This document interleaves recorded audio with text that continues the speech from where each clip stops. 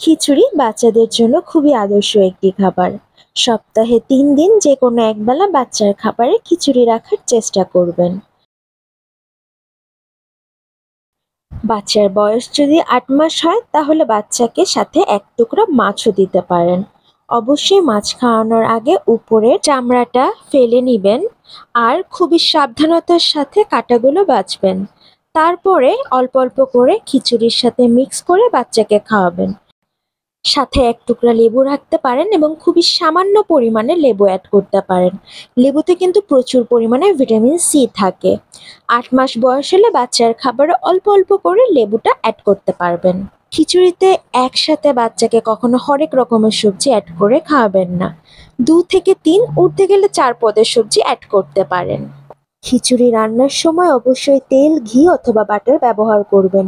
এগুলো কিন্তু ফ্যাটের অন্যতম উৎস।